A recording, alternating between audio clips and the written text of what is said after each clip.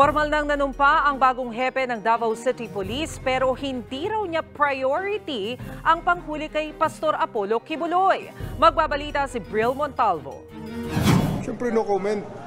Ito na lang ang sagot ng bagong hepe ng PNP Region 11 na si Police Brigadier General Nicolas Torre III patungkol sa nangyaring tensyon ng haina ng warrant of arrest si Pastor Apollo Kibuloy nitong June 10. Giit ni Torre, hindi niya priority ang hulihin si Kibuloy. Hindi yan ang top priority ha. The top priority is still the PNP mission and the PNP shall enforce the law, prevent and control crimes, maintain peace and order, ensure public safety and internal and secondary ang ibang mga issues ngayon.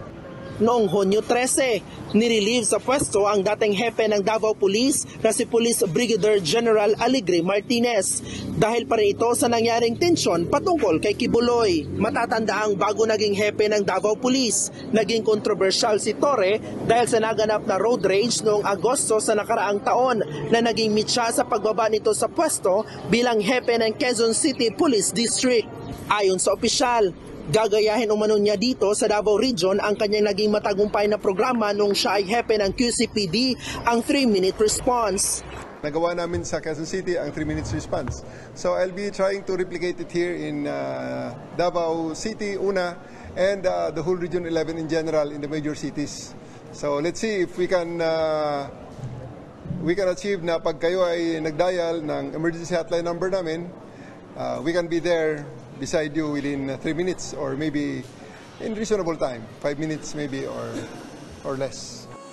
Nagpapasalamat din siya kay PNP Chief General Romel Marbil sa ibinigay na pagkakataon bilang maging pinuno ng Davao Police. Nilinaw din ni Torre na walang mangyayaring balasahan sa mga opisyal ng pulis sa Davao Region sa kanyang pag-upo sa pwesto.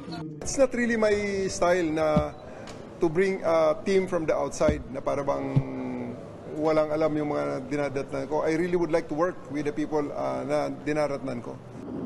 Hindi din siya natatakot sa mga anumang hamon at naging isyu kamakailan ng rehiyon, lalo na ang pagpapadakip kay Kibuloy. Nakita natin ang mga challenges dahil siyempre nasusundan naman natin ang mga national issues. And there will be challenges. Wala naman tayong pinipili at hindi naman tayo siguro aatras sa kung anumang challenges na nandyan. Challenges are there to test us. Para sa One Page, Bril Montalvo, News 5.